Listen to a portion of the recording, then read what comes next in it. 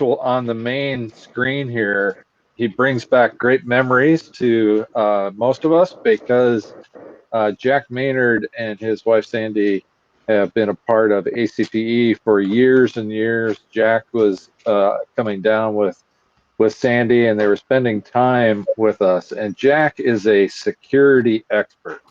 And Jack comes to us from Maynard Partners. And I just want to say I appreciate so much that Jack is willing to give his time to help us. He's been, again, a great partner of education. He's been a great partner in communication related to security aspects that relate to us, but that have greater impact beyond just the education world that we deal in. And so, Jack, maybe you should go ahead and do a brief introduction of yourself and then introduce our speakers, if you'd like to do that. Okay, so hi everyone. My name is Jack Maynard. I don't know if I can live up to that introduction, but I have been, yes, I have been in security, a security practitioner for quite a long time. I started at HP, where I was in security consulting for many years before I went into security program management. Then I took on some leadership positions in security with the CTO there at HP. Eventually moving on to Accenture, where I worked in enterprise security consulting as a delivery manager for a while. And then kind of switching hats, going from basically being the vendor to being the customer when I accepted a role at Gap Inc. as their deputy CISO and led their security engineering and operations teams. So I've since moved on from that. I'm getting closer over the years to retirement, and so I've shifted into my own practice to give me a little bit more flexibility with my time and efforts. And so always happy to be a part of what ACPE is doing. I've had some good opportunities over the years to speak at some of the previous conferences on ethical hacking and tools and tips and that kind of thing. So I'm really happy to be here. So thank you for that. Did you want me to do the introductions?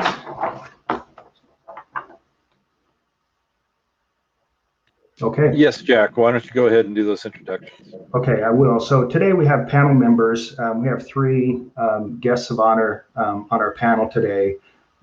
We have Andrea Balancha, who's Vice Provost and Chief Information Officer at Oregon State University. I'm going to let all of these folks introduce themselves and talk a little bit about their roles and responsibilities. We also have Lance Furman, who's a cybersecurity threat intelligence analyst at the City of Seattle here in Washington State. And then we also have Teresa Massey, who is from the U.S. Department of Homeland Security, Cybersecurity and Infrastructure Security Agency, or CISA. So all of these folks have been very generous with their time today. I've scripted some questions to kind of get us kicked off, so we'll see where the conversation takes us today. And so with that, let's go ahead and get started. Okay, so my first question to all of the panelists is to please introduce yourself, tell us about your current role and what made you decide on or drew you into your current role. So Andrea, I see you there at the top of my screen there, so why don't we just start with you. Can you share with us a little bit about your role and responsibilities today? Thank you. Well, thanks for inviting me, first of all. So I'm Andrea Balancha. I'm the Vice Provost and Chief Information Officer at Oregon State University. I've been at OSU now for close to a year and a half. And I have been brought up here to actually take OSU to the next level of a digital transformation path that we've been working on. I've been in higher education for a very, I'm not going to tell how many decades, but started out in the private sector, actually working in mergers and acquisitions of banks. So that's where I got my chops into technology.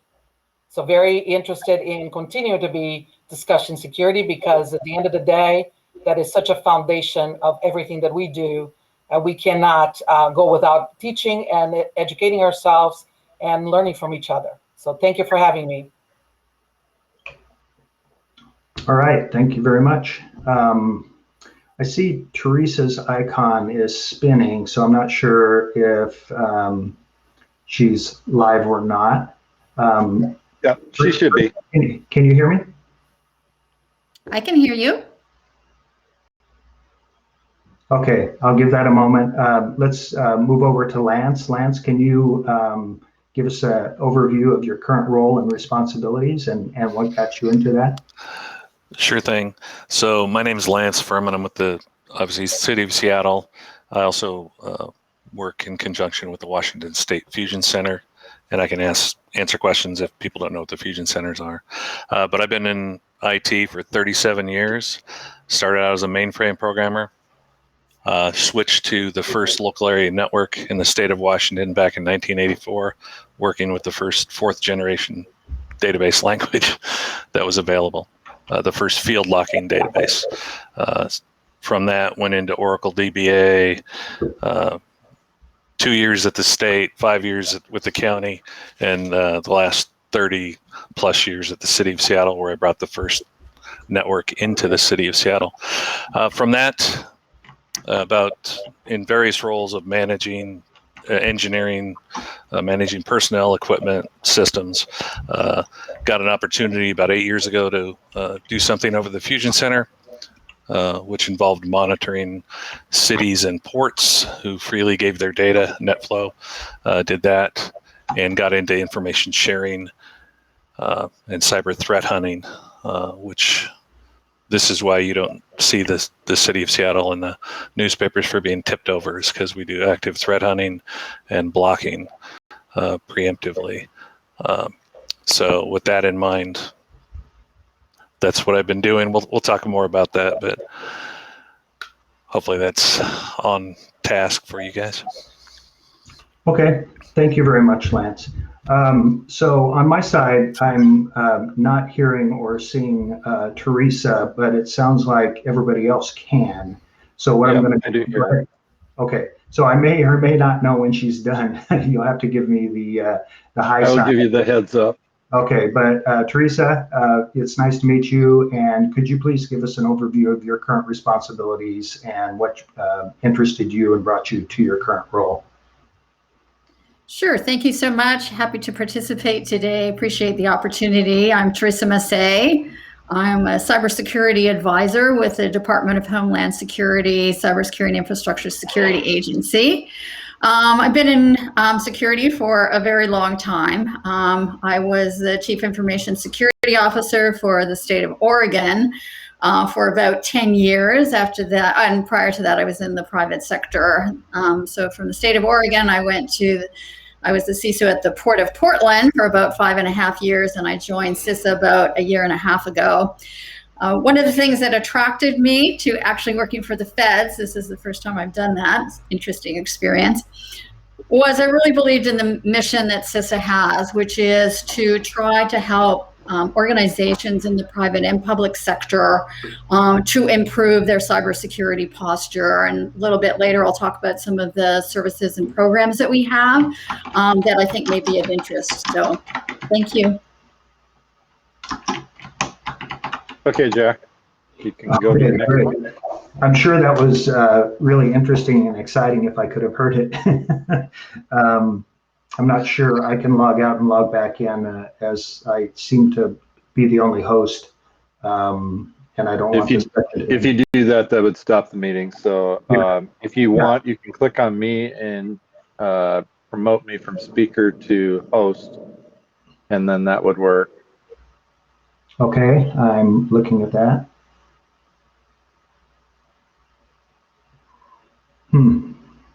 While Jack is looking at that, one of the big things that we had was a series of questions that we posed to these three individuals for them to ponder on before they arrived here. And these questions were to help them to think about their role of security from an aspect of their personal life, their business life, and then education. And I'm going to jump over to Andrea here, because Andrea is actually in Oregon State University. Really, it's the next step for our students once they leave the public school system. So Andrea, what in your department, I believe Amy McLaughlin is part of your team.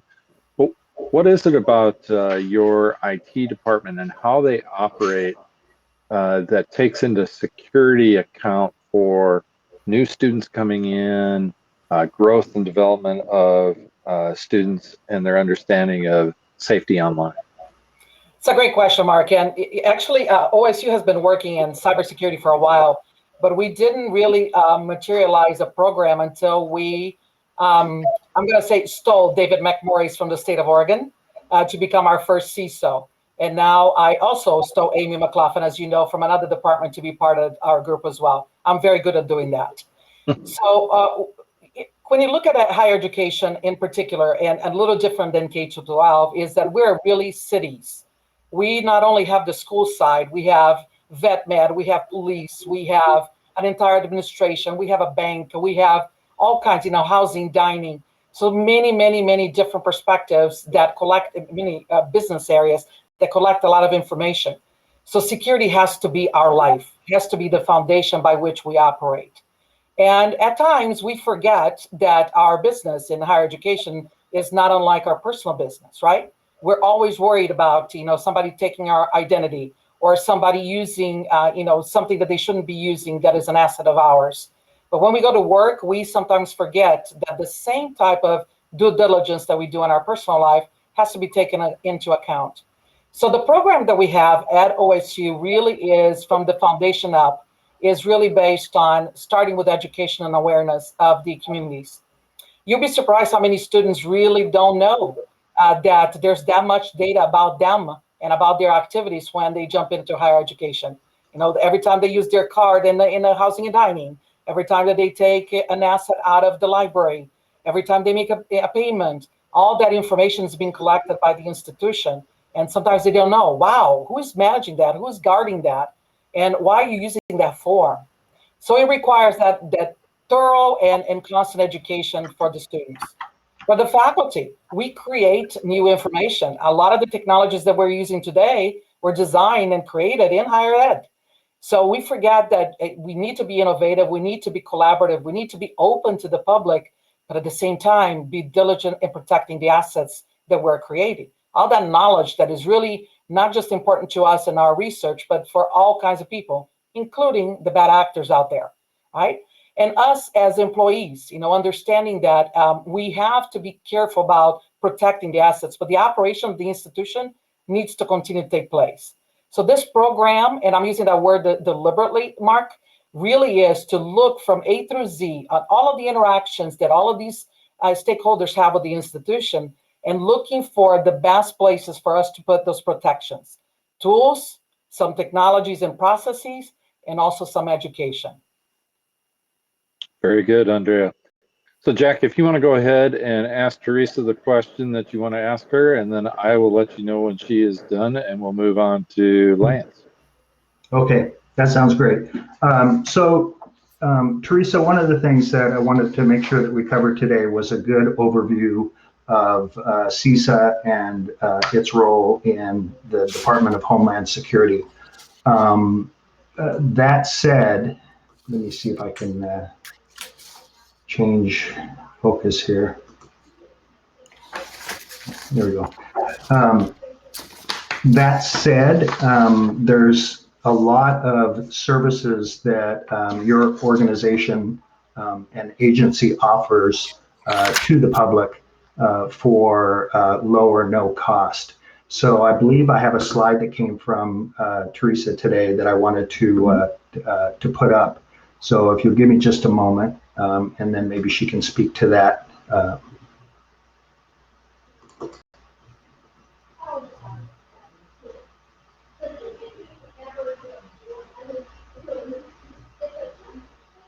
Okay, I'm waiting for that to come up.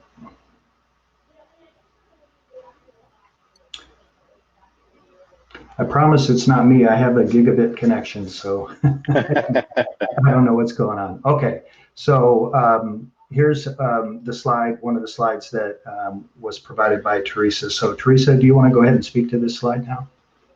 Yes, thank you so much. An opportunity for a little advertisement here. So as Jack mentioned, CISA has a variety of services and assessments that we provide to both the public and private sector, all at no charge. Now, I realize that doesn't mean no cost. We all pay for these through our federal tax dollars, but we want folks to take advantage, which is one of the reasons why we're offering this at no charge.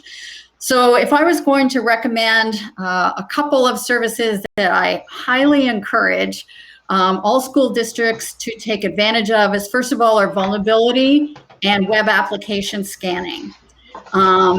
You may already be doing some scanning. You may be having a vendor doing some scanning, but you really can't have too many eyes on your systems and checking and making sure that everything is okay and there isn't something on there that you don't want to have on there.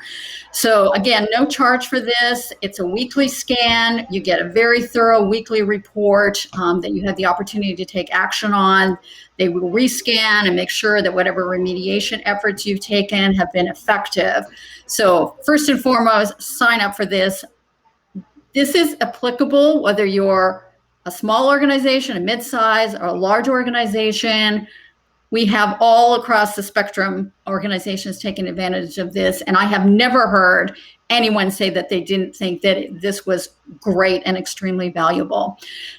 Second of all, a remote pen test. All of you know what a remote pen test is. I won't go into any detail about that, but again, this is something that we can provide.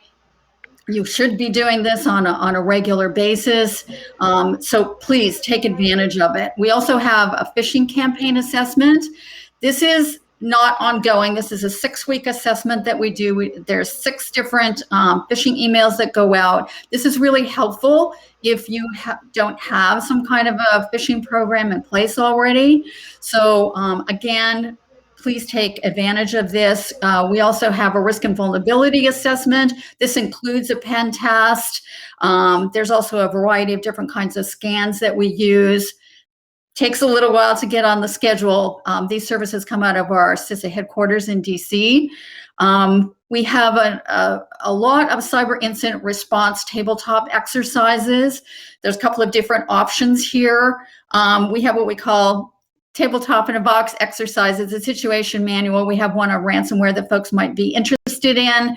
You can tailor this to suit your organization, use it whenever you want. We also have resources at our regional level that can help to put together a situation manual for you, can help facilitate the exercise, et cetera. We also have a team from our headquarters in DC, just an outstanding group that can also help to facilitate cyber tabletop exercise. Of course, you do need to actually have a cyber incident response plan, which I would highly encourage everyone, if you don't have one, to start creating one, and then certainly to exercise it on a regular basis. We have a number of other programs, such as our validated architecture design review. This would be for a more mature organization. We also have a number of assessments.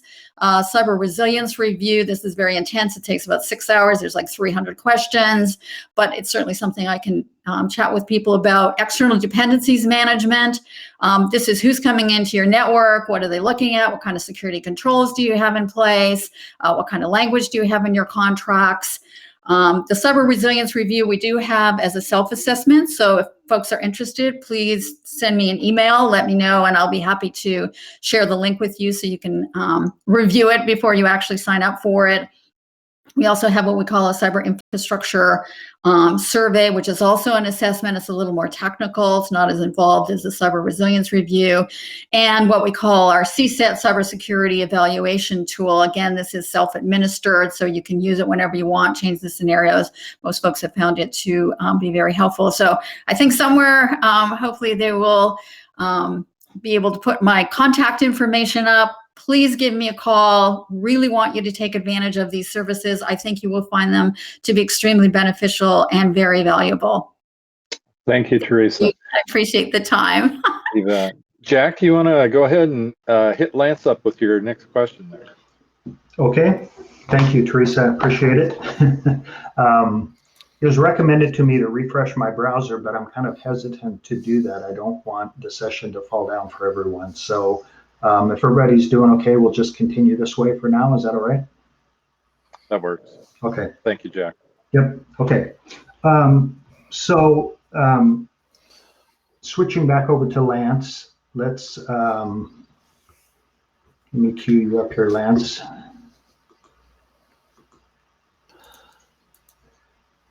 I stand at the ready. Okay, here we go. Okay, I'm sure the anticipation is killing you, right? So from your perspective, so you come from city of Seattle, living in Tacoma, nearby to Seattle. I know that Seattle has been a activist hotbed over the last many months. And so just curious about some of the clear and present cybersecurity dangers that you're seeing from the vantage point of local government. And then I'll extend the question to our other speakers for their perspective in education. Sure. And as Andrea said, they have a small city there on campus. Well, the city of Seattle is the largest municipally owned water, sewer, garbage utility in the nation, larger than New York, LA, anywhere. And we're also top 5 in hydroelectric power generation with Seattle City Light. We also have 45 different unions in our mix. So everything we do has to be targeted and compliant.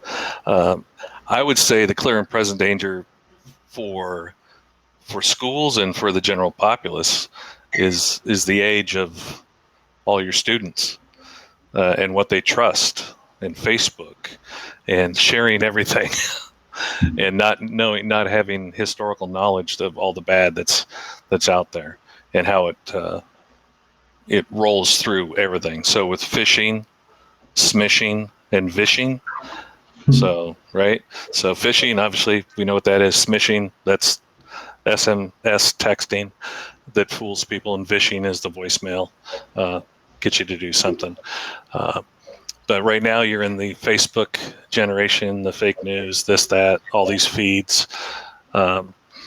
So training and sharing your users, your kids, whatever it may be, is paramount to let them know the dangers, just like you would if they were your own children. And I have 2. So they grew up with the Facebook and sharing everything. And it's not good to have a dad who's security telling them everything's bad, but that's what it takes.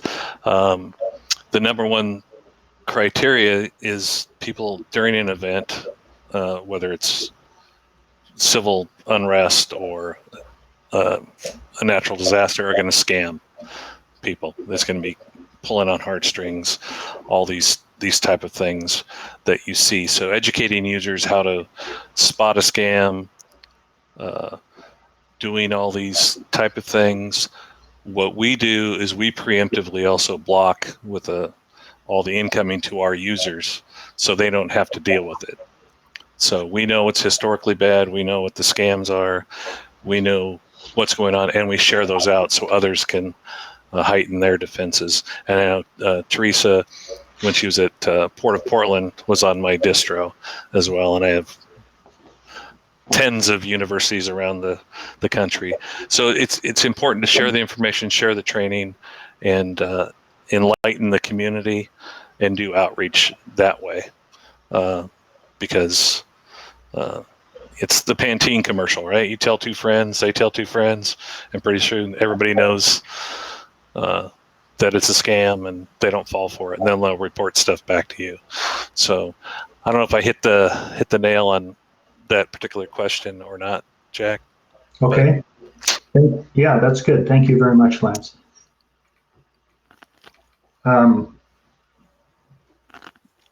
Okay, let's continue with the same question to Andrea. Can you expand on that as well? What are some of the clear and present cybersecurity dangers in education from your vantage point?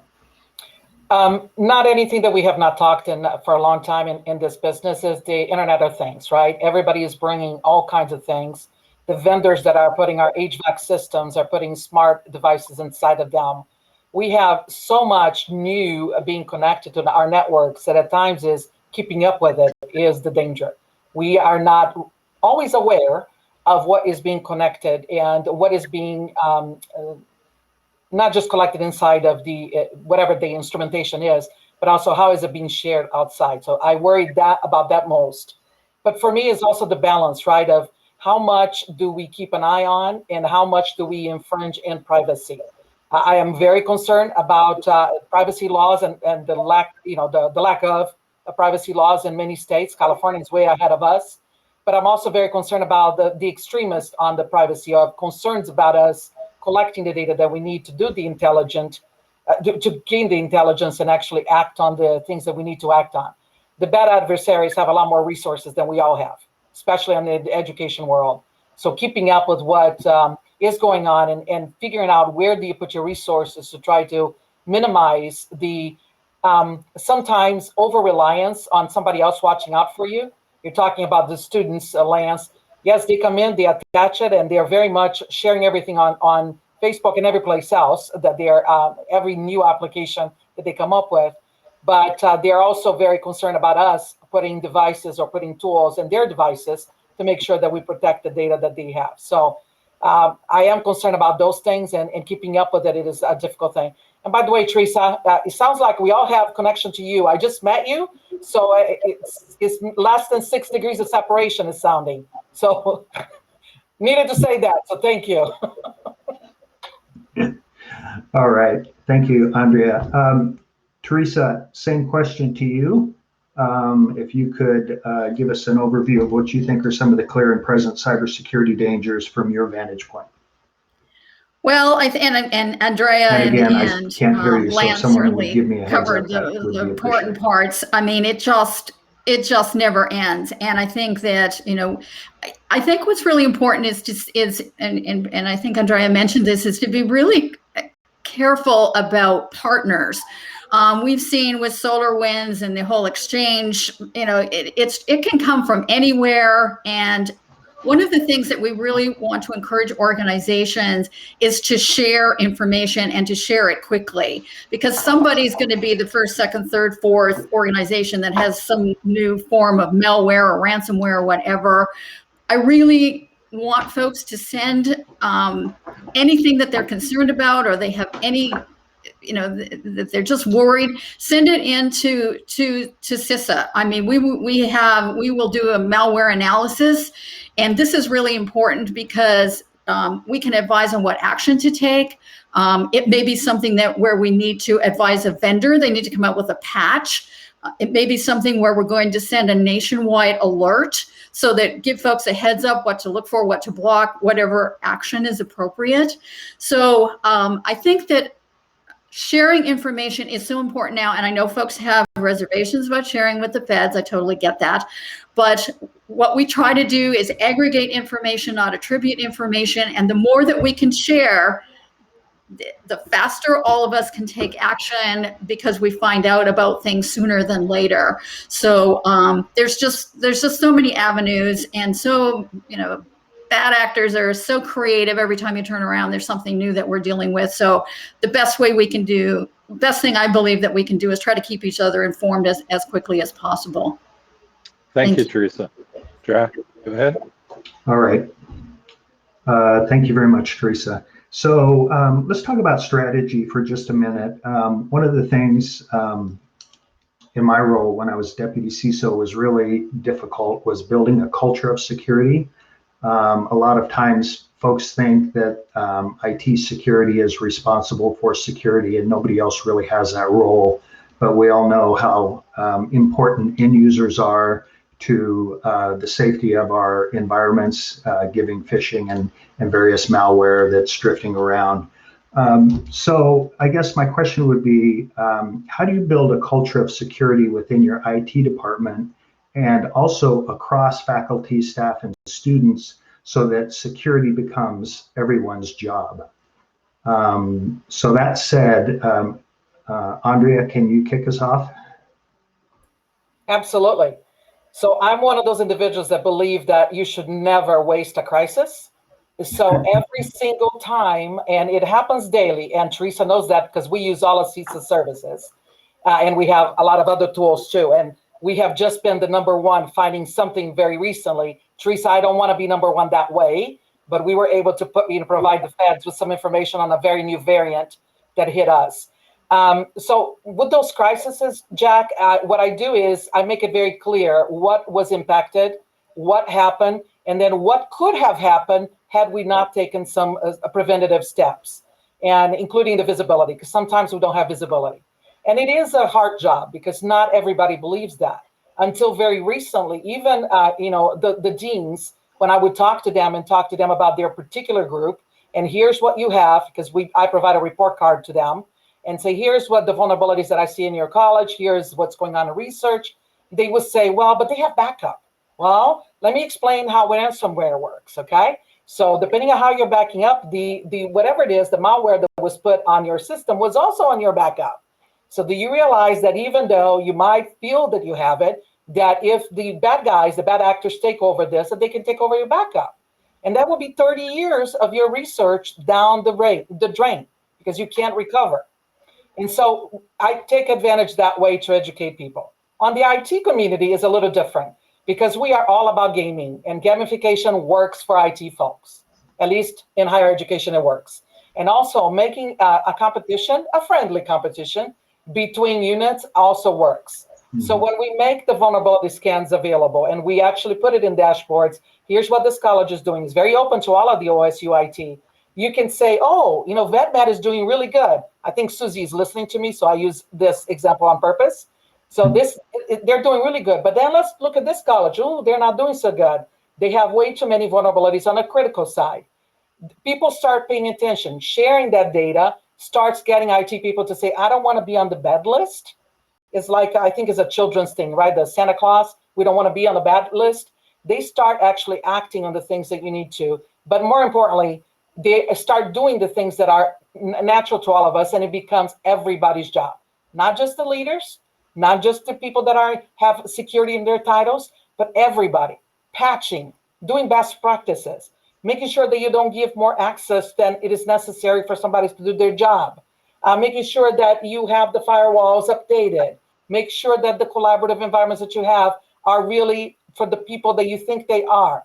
All of those things are not necessarily a cyber job or somebody that has security in their title. It's all of us. Great answer. Thanks very much.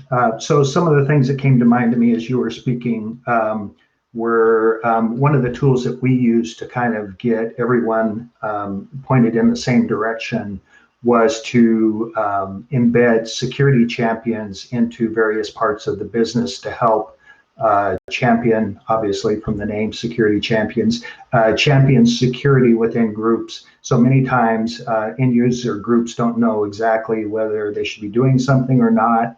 And if you can identify folks and then, to be the security champions, work closely with them to help educate them on your policies, on what's acceptable, they can then amplify that message out through the business, or in this case, the staff and faculty as well. So something to think about if you haven't implemented a security champions program before is to maybe think about those things that you want to communicate, and then also use that opportunity for folks who are interested in security to begin to build their knowledge and their career in security, which maybe will act as a stepping stone for them further down the line.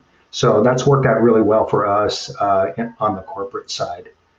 So that said, I want to give our other speakers an opportunity to answer that same question. So again, the question was, how do you build a culture of security within your IT department and across faculty, staff, and students so that security is everyone's job? So Teresa, can I switch to you, please? Sure, thank you. I think there's some practical things. Andrea, that was great. Lots of good tips there. I think it's important to have a cyber awareness program, and not just sort of one and done and check the box, but an ongoing program. And I know that folks are just tired of training because you're taking training all the time, and I get it. But one of the ways that I tried to sell it was that it isn't just, oh, here's what you need to do or don't do when you're at work, but all of the security training was applicable to you as an individual. I mean, you're doing online banking and you're doing online shopping and you're doing all this stuff. You need to know this for what you're doing at home and what your family is doing. So it's worth your while paying attention and the what's in it for me. And I think folks started to take that to heart because they began to realize, like, hey, I'm actually really learning some good stuff here that I can use at home. So I think that was helpful. I think also to do phishing exercises on a regular basis. And like Andrea, we kind of did the wall of shame. And we had buy-in from the top down. I mean, our CEO would let me know, I've done the training this month, and we actually tracked it. Every single person in the organization, didn't matter who they were, had to take the training. They had to have it done. We did quarterly training. They had to have it done. And if they didn't get it done, then I would let start going up the food chain to their executive manager, and they would say, like, get this training done. I did it. If I got time to do it, you got time to do it too. So same with the phishing. We did it on a random basis. And they would get their, if they clicked the wrong thing or added information that they weren't supposed to. They had the kind of teachable moment at the end where it would tell them, oh, this is what you did that wasn't right. So I think there's lots of things that you can do because you need to keep it in front of people. But I also agree with Andrea. I think it's good to reach out to the different departments. I used to go to every single department. I didn't always make it on a monthly basis, but at least a quarterly basis, and talk about what was going on. And because sometimes I think folks don't understand this could actually happen here within your organization. It's always like, well, it's going to happen someplace else. It's like, no, it could happen here. And you're right. Use every opportunity. If there's something that kind of went a little sideways, let them know that. Or if it happened in another port or another state, always trying to keep people up to date about what's going on. And information security, cybersecurity is everybody's responsibility because anybody can click on a link they shouldn't, phishing or whatever. It's really, really important that they get the message that you are responsible, as much as the CISO is or the CIO is or the CEO is. So, yeah. Lance, can you go ahead and answer that same question? Sure thing. So I agree with everything that's been said so far about that. The key is that training and awareness should engage a shared responsibility mantra. So make it relevant to the people. You can make it relevant to their normal life, whether it's the physical world as it relates back to the compute world. So badges, keys, tailgating for entry, all these things that you wouldn't allow in your normal life to gain entry to your house or to your bank accounts. Don't allow it in your compute world. I also think that the service desk, help desk should be the primary point and should be a pinnacle for folks to reach out to and have examples of the phishing, the smishing, the vishing, all these examples that can be relevant. Log these events, gather the information, share the information, share it among schools, among groups, among everything. Ingest information from trusted sources. So I think it's really, you build a community of sharing among all the schools, in this case for you guys, as I try to do with all the cities and states around the nation. So, and then obviously using the principle of least privilege to assign rights and responsibilities, only allow ingress, egress to what's needed to do the job. I would also say you need to have some vendor and or application succession planning. If you've engaged with a vendor that has no vision of how they're going to get off Windows 10, you're going to run into a wall, right? Or if you don't have anything that has a server platform beyond a certain, like Windows 2008, you're already in trouble, right?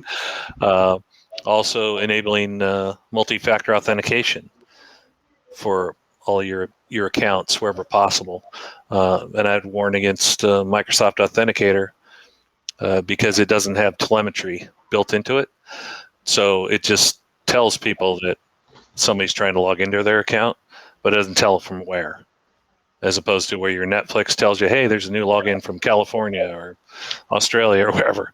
The Microsoft Authenticator doesn't do that. I know Google does.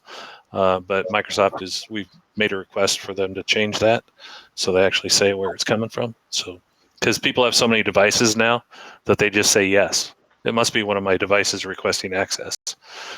And then now they've just given up their credentials. So if you make it relevant, you have good resources with your service desk and all the training materials that CISA provides and that all the universities already provide to each other or to themselves. There's a lot of great universities out there that I reuse their stuff and tell my IT service desk and other places around, you should use this stuff. You should reference this. Universities helped us as the way you should design your stuff. And I keep a half a dozen of those handy. So I think there's shared resources that are available, especially in the education world, that you could all leverage, because people are going to do stuff better or more polished than others, but others will have better underlying technology. So I think you can leverage each other. Okay, thank you very much. Moving on, I want to shift gears here a little bit, since we also have Teresa here today representing DHS, a little bit about incident and breach response. So obviously this is a occurrence that none of our districts want to happen. They have to deal with local and federal officials on breach investigation and bad things happening. But let's talk about that for a minute. So I'm going to lump a couple of questions here together in the interest of saving time, and then kind of let our speakers address those. So the first question is, and it's kind of a loaded question, but how important is it that districts develop an incident response plan? And then to tack on to that, should a district encounter a suspected data breach or cybercrime, what steps should we follow or engage with advisors from DHS, FBI, CIA, state and local authorities? So I'll go ahead and open that up. Let's start with Teresa, since she's representing Department of Homeland Security here. So Teresa, can you speak to that a little bit? Sure, I'd be happy to. It is, in my opinion, absolutely critical to have a cyber incident response plan. You have to know what you're going to do, who's going to do it, when they're going to do it, who you're going to call. If you have nothing and something goes wrong, you're just going to run around with your hair on fire and probably not accomplish very much. So absolutely critical to develop a cyber incident response plan. If you do have an incident, certainly you want to call the FBI. The FBI are not there to help you get back on track, but they're there from an legal and investigative. That's their responsibility. So it's very, very important for them. You will find that they will be a partner. I know a lot of folks are hesitant to call the FBI, like, oh no, they're going to come in here, they're going to tell us what to do, they're going to take all our machines and stop business. That's not what they're going to do. They're there to do the investigation, and they will provide some level of help and guidance if they possibly can. So first and foremost, absolutely call the FBI. I also think it's important to, especially for school districts in the public sector, contact MSISAC. MSISAC has a wonderful incident response folk. They have a SOC. They're there 24 hours a day, 7 days a week, 365 days a year. Give them a call. They can be, again, extremely helpful. I would appreciate it if it's an organization in Oregon to give me a call. I will try to do whatever I can for you. So I think that those are the main things that I would recommend. And as I said, definitely, absolutely, positively have a plan, create one, and exercise it on a regular basis. It's not something that we just develop, put it on the shelf, and maybe we never need to use it. Use it as frequently as you can. As Andrea was saying earlier, if you have some kind of even a minor incident, take it out, use it. People need to get accustomed to it, and certainly have exercises where you involve not only just the IT folks or the security folks, but your operations folks, and particularly on the administrative side, because if you have a breach and it's relatively serious, you've got to have a plan. You got to be able to escalate it. But there are decisions, business decisions, that are going to need to be made. And if you have never involved your executive team so that they understand, typically they think, oh, well, it's an IT thing. You guys just, go figure it out. Let me know when you've got it, when it's remediated. Well, sometimes something is going to take quite a while to do that, just even figure out what the extent has been. It's really important for them to understand they need to make business decisions. Are there systems that need to be shut down, customers that need to be contacted, et cetera, financial implications. So very, very important to involve those folks and the operations folks so that they understand how is this going to roll if something actually happens. And certainly if you have your organization has cyber liability insurance, you may want to involve your carrier in some of your exercises so you get an idea of what they may recommend. If you have external legal counsel, we did at the port. We had cyber liability insurance. We involved them in all of our major exercises because I have never been through a major breach, but they handle it all the time. And the expertise and guidance that they gave was invaluable, even just during our exercises. So Thank you for that insight there, Teresa. Let's move it up to Andrea. Can you answer that? I think Teresa did a fabulous job of highlighting it. And I would say that if you do have cyber insurance, that's usually my first step after the FBI, because we want them next to us. Because at times we don't know if there's a breach. We know something happened. So when there is a breach, most of us have an incident program for that, I hope. And if you don't, please, as Teresa said, you got to have it, because you have to make decisions very quickly in order to address what's happening with the breach. When you don't know, and this happens to us quite often because we are, it's no exaggeration, we have thousands of hits every day trying to break into our walls. When we notice that something is amiss, that something happened, somebody penetrated our security, we don't yet know if it is a breach or not. We always make the phone call to the FBI with the information we got.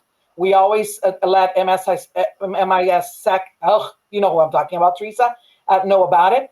We also have some regulations. Higher ed is required to actually let a few groups know if you're about to have if you had a breach or you think you have a breach. But more importantly is a risk assessment exercise. And although I am the CIO and I have a lot of responsibility, I cannot make a decision to shut down the university just because.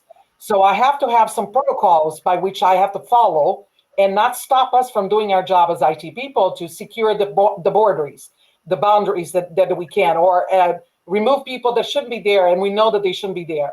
So there has to be a real well orchestrated map of protocols that you can pull the levers that you need to. And I'm usually very conservative. I do pull some levers a lot ahead of time and let them know, hey, something's happening here. I don't know yet what it is, but once we know what it is, we'll bring you in. But at the same time, it is not I don't tell everybody what's going on, because that is actually, you don't know where the bad guys are. And in the case of the most recent situation that we had at OSU, the bad guys actually took some credential of IT people.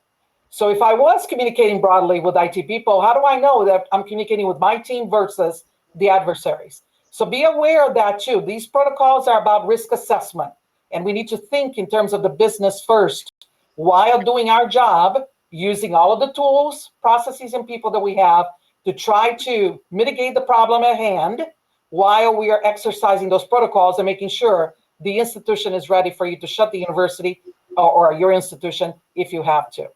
Very important.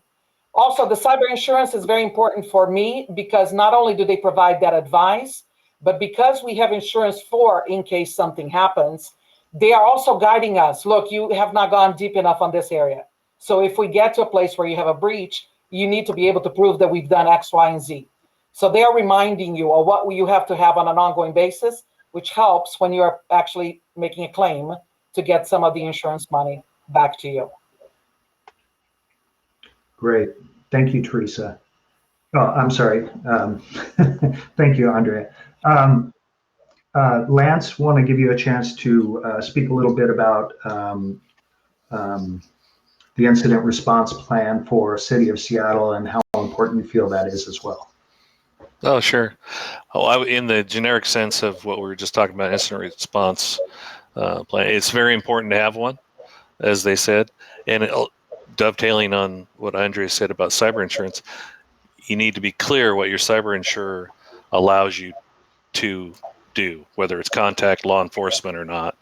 Some of them don't want you to do that. So just be clear with your cyber insurer that you can follow through. Also to document, log, everything else. And I would suggest to people that if you don't know what to do, contact your local fusion center. There's one in every state, except I think Wyoming. But, and I will just do a plug for the fusion center here is our fusion center in Washington State is located in the FBI headquarters. So I have Secret Service, FBI, cyber intrusion, TSA, DHS, military, everybody that can be involved and can be notified. And that will get to the appropriate people should you not know who to contact in case of a breach. But we have a very extensive one, IRP at the city. We use it all the time because not that we get breached, but we use it for normal incidents, phishing, for everything else. And we have protocols. Somebody loses a device, laptop, phone, whatever. We have to go down the checklist. What data was on it? Who was the recipient? Was there any PCI data on it? All these type of things. I think an easy way to do some of that is for the institutions that you all represent is to share your incident response plan, even the template, and flesh it out. Don't start from zero. It's all about reuse, collaborate, and do best practices and learn from others, what they've gone through. You've had institutions that have had breaches, how did it go when they did their plan, what was lacking, what was not, and just share those foibles and stories so other people don't have to go through the pain. Okay, well said. Thanks. Okay, I want to save some time. Just as a time check, it looks like we have a little under 20 minutes, and we want to save some time for participant questions as well. If you didn't notice, Mark had mentioned in the chat that if you have a question, type it in the Q&A, and we'll try to get to some of those before we close out today. But what I wanted to speak about next, mostly because of my wife, Sandy, who helps lead some of the student data privacy efforts with ACPE, is let's talk about student data privacy and data breach. So I'm sure you all know that compromised student data can be monetized because student and staff identities are valuable. For example, San Diego Unified suffered a data breach in 2018, affecting 500,000, 500,000 students and staff. And then to bring it more recent, just last month, UC Berkeley students in California were warned of a massive cyber attack that compromised all the UC campuses, including bank and social security numbers, affecting about 80,000 students and staff and vendors. So the data breach involved the compromise of a third-party technology vendor, Acelion, who was contracted by UC to do data transfer of information. So given the UC Berkeley breach occurred via the compromise of a third-party vendor, how, and some of these questions I know are rhetorical, but I'll ask them anyways, how important is it to ensure that vendors are vetted for proper security controls and held contractually obligated in the event of a breach or data loss? So that's a lot of words, but I think you all got that. So Andrea, let's start with you. What's your point of view on this? Oh, it's critical. So for all enterprise applications that we bring to OSU, we do a two-step process. You're on mute, Andrea. No, she's fine. I'm hearing her. So it must be something going on with there. I mean, I'll give you the thumbs up, Jack. Keep going, Andrea. That's all right. Don't you love technology? Sometimes it just doesn't work for us. So I'm sorry, when we bring enterprise applications to OSU, we actually do a two-step process. First, we use a consortia that we're members of higher education gets together and we share information about our vendors. There's a clearing process to make sure that they have the compliance that we need. It's called HEC VECT, And if you are interested in knowing more about it, I'll let you know outside of this conversation. But also, we also hired the Risk Recon Group to do an assessment, and it's pretty much the CISA assessment of the vendors outside that gives me a grade on how well prepared, backed up, security oriented these vendors are. So, and it literally gives me a grade. So we're higher ed, so we like grades. And then we have a protocol by which we validate that they have what they need. We also, in our contracts with all of the vendors, the language of our contract is deliberately stating that the data belongs to OSU, but we are sharing the risk and we're holding them accountable for breaches, and that we have the responsibility and the opportunity to come in on an X amount of time, depending on the vendor, is annually or it could be longer than that, and for us to take a look at their security protocols. So we do everything that we can because this is absolutely imperative. We do not want to see that. Of course, it's not about, students are a major component of that, but we also care about everything else that OSU deals with. If you think about all of the research that we create and all of the staff and faculty we have to do the same level of protection for them. Okay, Jack, do you want to go ahead and go to the next person?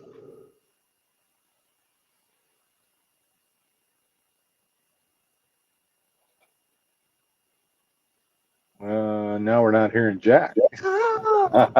So we must be having a slight air meet problem. We have a lot of attendees. So while he's there, I'm going to go ahead and I'm going to hit the one question that's in the Q&A that we can answer right now. And I'm going to actually address this to Teresa. And this comes from Jesse Crowder. And Jesse says, can we do anything about nation state actors? Boy, that's a loaded question. It is. I wish we could. I will say that, DHS is takes this so seriously, and we are watching this all the time, and we are working with our colleagues, in the FBI, in the CIA, et cetera, all the little, all the three-letter agencies and then some, as well as our partners in the communications area, Verizon, et cetera, all of the major organizations we are working with all the time, and they have eyes on, they have,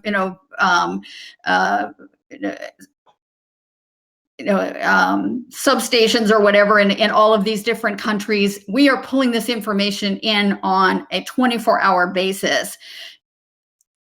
What's difficult about nation states when you're talking about China and Russia and North Korea, et cetera, Iran, I know at the federal level, and you've heard it from the administration, sometimes they're putting in some financial constraints, et cetera. They're trying to take appropriate steps. It's not always as easy as it sounds. We all wish more action could be taken, and I think they try to be reasonable about what they're doing, but we just need to stay on top of it. Again, sharing information, getting information out to folks as quickly as possible. But these nation states are really well funded, and they have top-notch people working for them. I mean, these aren't just kids in their pajamas up in their bedrooms. I mean, these are PhD folk who know what they're doing, and that is their life, is just finding ways around all of the security controls we put in place. That's what they do every day. They're extremely well paid for it, as well as just bad actors out there who are making a fortune every time you turn around from ransomware, et cetera. So bottom line is, it's not easy. We are watching it. We are trying to take whatever actions are appropriate and let folks know as quickly as possible when we see that something has gone sideways. Thank you, Teresa. Lance, what is your perspective on that same subject related to the nation states? Well, I'm glad you asked. So I agree with Teresa on that, but the problem is that the nation states and others are basically subleasing space in the U.S. because they know our laws. They know that DHS is not going to investigate something that's domestic.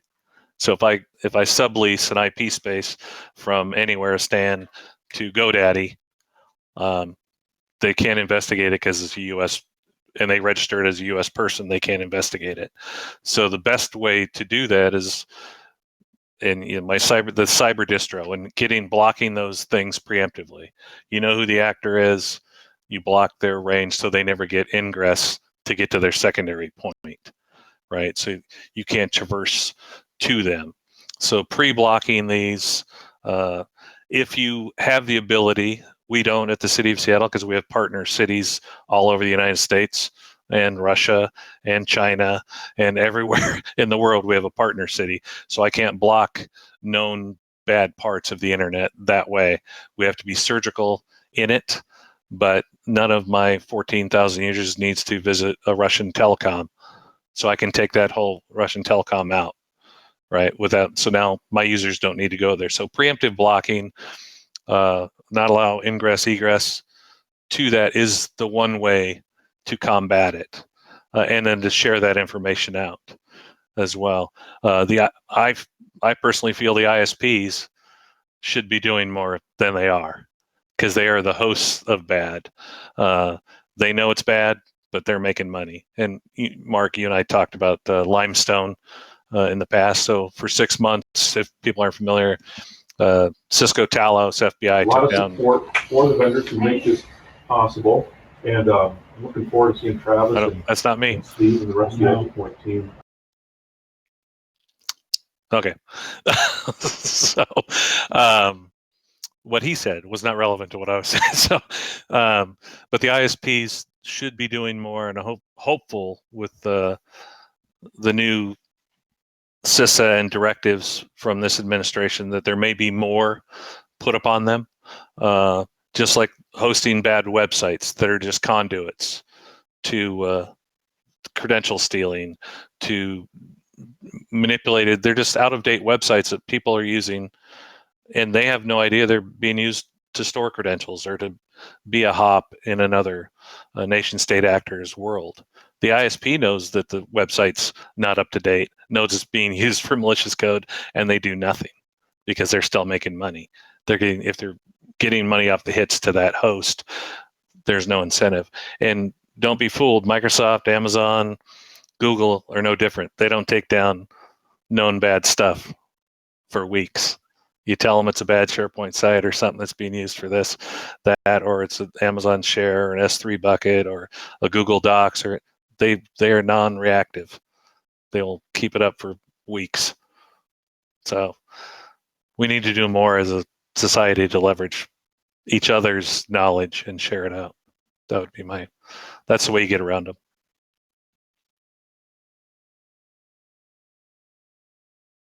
You're on mute, Mark.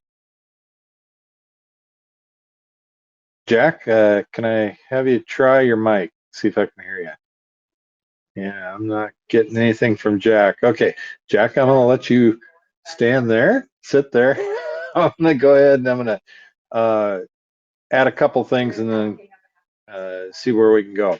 So, I've been sending out some polls throughout the session here, and if you want to go in there, you can take a look at those polls.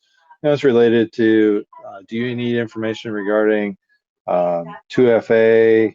What is it? Do you use SIEM? Do you use EDR? But I want to approach this also from an aspect of the ransomware side. So we have 3 individuals who, one is in a location where somebody could easily try and get the data. That's a university. 2 are in a position where they're trying to actively stop this kind of action. So Andrea, coming from the perspective that you have valuable data, you have data that could be ransomed, and you have information that could be posted illegally as well. What are your thoughts and your actions related to getting that ransomware taken care of if it were to happen to you? I hate to tell you this, Mark, it has happened to us, but I'm going to say that it has happened to almost all higher education institutions in this country at one time or another. So what you have to do is, as an IT person, first of all, it's going to happen. So when it's going to happen, because we are open. This is our business model. We're an open institution. So what you have to do is first have visibility into what's going on inside of your perimeter, okay? So you have to have the right tools. You have to have the right folks watching from outside. So CISA, I cannot say enough about what Teresa is doing. We are heavily consumers of that. You also have to have a plan for real backups. Sorry, that was not me. Can you hear me, Mark? All right, there's something. I can hear you. I think it's actually coming through Jack. If Jack can mute, there you go. So the other thing that we need to be aware of it and be ready to do is when we're doing backups, that we are actually scrubbing the backups and testing the backups to make sure that nothing is going on with it. Because again, these adversaries, as Teresa mentioned, they're well funded. There are bad actors. They're there to do that on purpose. And for us in higher education, one reminder for all of us here, we are low-hanging fruit. At times, they don't want our data. They want to get to where we go. I mean, we are connected. In higher education, we're connected with every federal agency. We get grants from every federal agency, corporations that we do research for, and all of these students and all of these individuals that actually connect with us, alumni. So if they can get to us, they can get to others. So that's usually what they're intending to do. So they're not necessarily wanting just our data, although they do want our data. They want the pathway to get there. So having a plan for visibility first, so being diligent about watching what's going on in your perimeters, and then having a plan for the backups. I can't say enough about that, so that you are in a position of saying, and be in an optimal position of saying, we're not paying because we have a backup to this and we actually can do things. Now, I don't give the reasons for the bad actors, but you can be in that position. Thank you, Andrea. Teresa, can you maybe address that from the federal side? What is the impact of ransomware that you see, not just in higher ed, but in K-12 and even against the federal government? Well, it's rampant, and they are, they're evolving. These are smart people. So at first it was just, hi, we've got your stuff. If you want us to, if you want it encrypted, if you ever want to see it again, pay up, and we'll work with you. So first of all, what you have to realize is that these are bad actors. These are not nice people. So maybe you'll get your unencrypted information, and maybe you won't, or maybe you'll just get some of it. So you need to realize that right off the bat. CISA, the federal government, FBI, etc., strongly encourage organizations not to pay the ransom. Why? Because it just encourages bad behavior. They wouldn't do this if nobody paid. But because they pay, it's a very lucrative industry. Now, I realize there are business considerations. As Andrea said, if you don't have good backups and you're literally out in the middle of nowhere land, you just can't get going. I don't know, some organizations are paying, and I understand that. Maybe your cyber insurance organization is saying that you should pay, or they will pay. So there's that. And as I said, it has evolved. It's not just that they've got your information. If they have very critical information, personally identifiable information, et cetera, et cetera. So now what they're threatening to do is, if you don't pay, we're going to start posting that. So you're in an even worse position. First of all, they just have it. Now they're out there posting it, which is going to put, just added, adding salt to the wound. So there's, as I said, they're thinking of every single way they can, and I'm sure they'll think of more that we haven't thought of, about how they're going to force you to pay. So as Andrea was saying, having that plan and ensuring that your backups are segregated, so that if your systems get encrypted with ransomware, your backups don't. At least you can start with that. Very important, as you mentioned, to be testing those on a regular basis. But we don't see this ending anytime soon, because there are way too many people paying, and they are charging more and more and more as they go along. So, I mean, it's millions of dollars in some cases, and some organizations are so desperate to get it back, they're willing to pay.